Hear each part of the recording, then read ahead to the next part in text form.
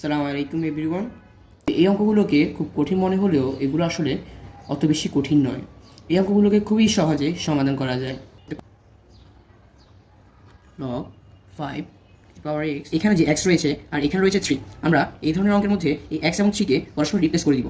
Replace করলে একে পরস্পর রিপ্লেস করে দিচ্ছি। এক্স এর অর্থাৎ এক্স এর পরিবর্তে হবে 3, 3 এর পরিবর্তে হবে এক্স।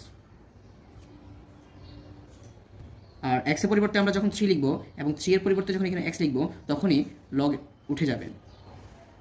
দেখুন, আমরা আগেই বলেছি এক্সের 3কে এক্স দ্বারা রিপ্লেস করব। এখন আমরা এক্সকে এই পাশে নিয়ে আসতেই পারি। 5 টু দি পাওয়ার 3কে আমরা ক্যালকুলেশন করলে আমরা সহজে সমাধান পেয়ে যাব, আর তা হচ্ছে 125।